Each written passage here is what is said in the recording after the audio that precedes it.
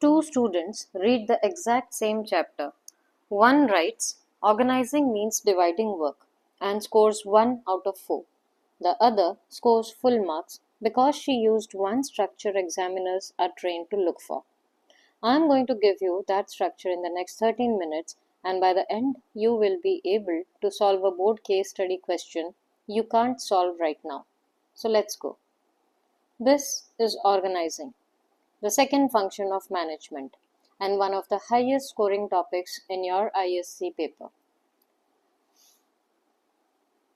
Meaning, importance, 4 steps, formal versus informal organization, functional versus divisional, gets its own deep dive in part 2 because it deserves one.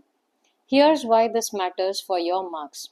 Organizing shows up almost every year as a short answer question and as a case study, which means examiners don't just want the definition, they want you to apply it to a story. So stick with me. I am going to hand you 3 ready to use case answers before this video ends. One favor before we dive in. If this explanation clicks for you, tap the subscribe button. It costs you nothing and it's the only reason I can keep making these for you. Planning already told you what needs to be done.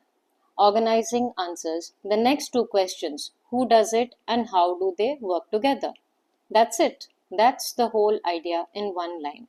Now the textbook definition, and I want you to notice it has 3 moving parts: identifying and grouping work, delegating authority and responsibility, and creating relationships so people can actually work together towards one goal. Think of it like a school project. Planning is deciding you are doing a project on the freedom struggle. Organizing is deciding you are doing the introduction, I am doing the timeline, and say your friend is doing the presentation. And she reports back to you before submission. That's organizing in one sentence. Now one exam trick. Examiners love asking which function organizing is. Lock this in. It's always the second function right after planning. Planning, organizing, staffing, directing, and controlling. 6 reasons why organizing matters, but don't try to cram all 6 as a list. Group them into 2 buckets in your head. Reasons about people and reasons about the business. Let's look into people side. Specialization. People get one good thing instead of average at 5. Clarity. Everyone knows their job and their boss, so there's no finger pointing. Business side. Optimum use of resources, that is no duplicated work. Adapting to change as the company grows. Smooth day-to-day administration. And finally, real growth, because a business literally cannot expand into new markets without a structure to support it. This is the part examiners test the most.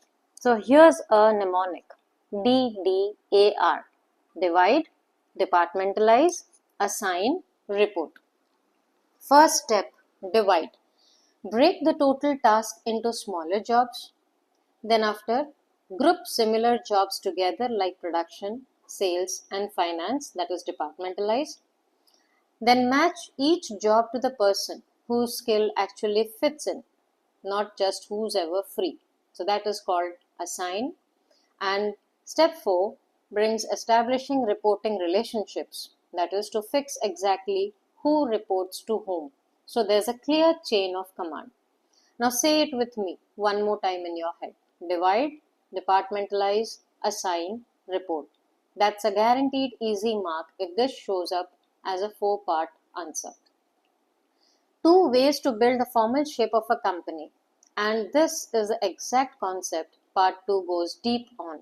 So today you just need to tell them apart. Functional structure groups jobs by function.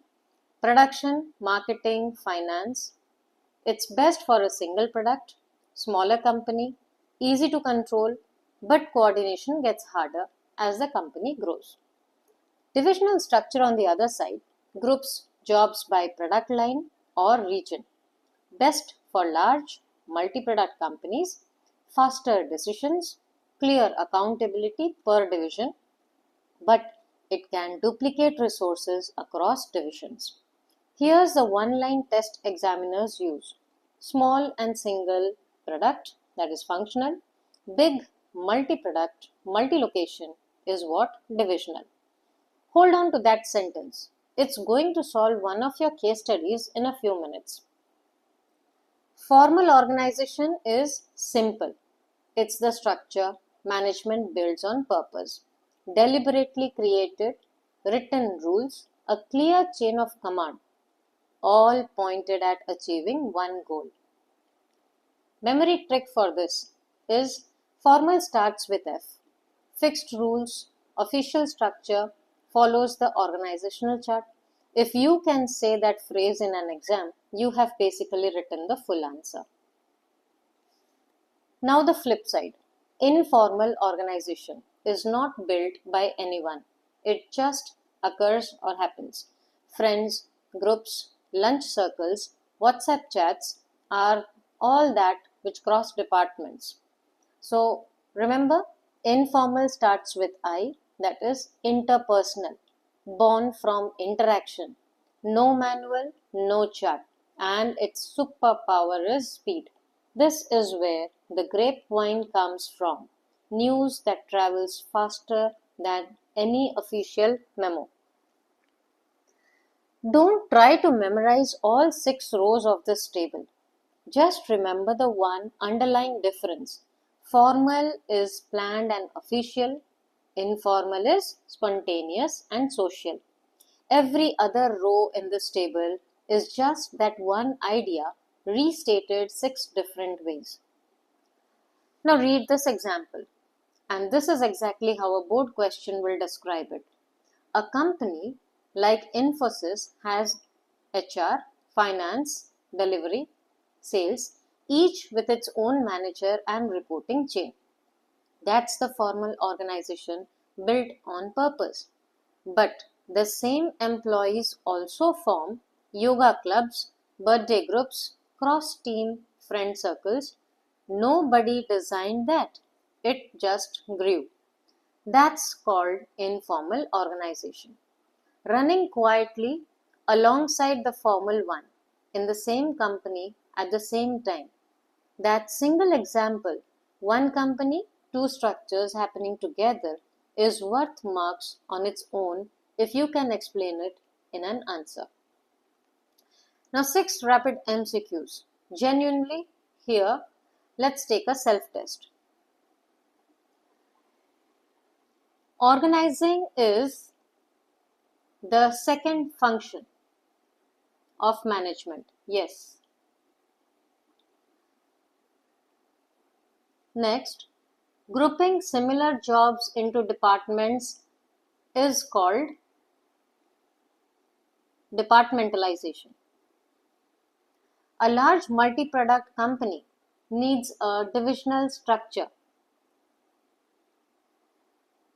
Informal organization arises from social interaction.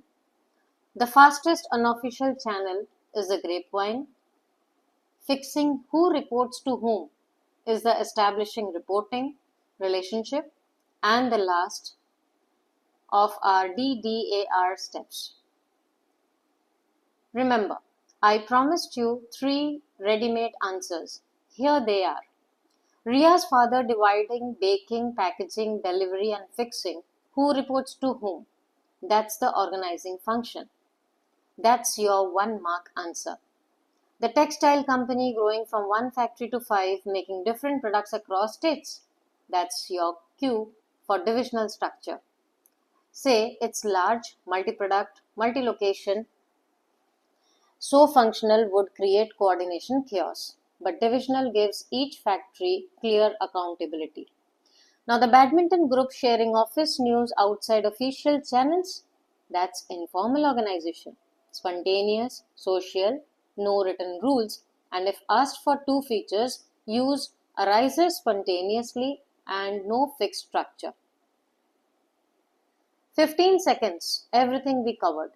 Organizing is the second function. Who does what and how.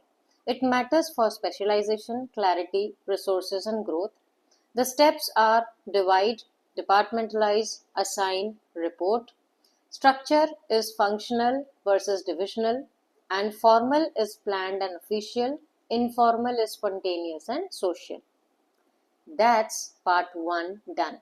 And you now genuinely know more about organizing than most of your class. Part 2 is where we go deep on functional versus divisional structure with full diagrams, because that's where board marks are usually lost. Subscribe so you don't miss it, and I'll see you there.